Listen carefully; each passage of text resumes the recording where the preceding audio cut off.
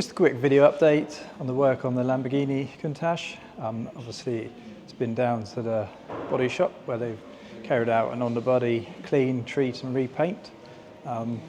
We've been busy whilst the car's been away, so as you can see, gearbox is back together and it's attached to the engine there, ready to go back in.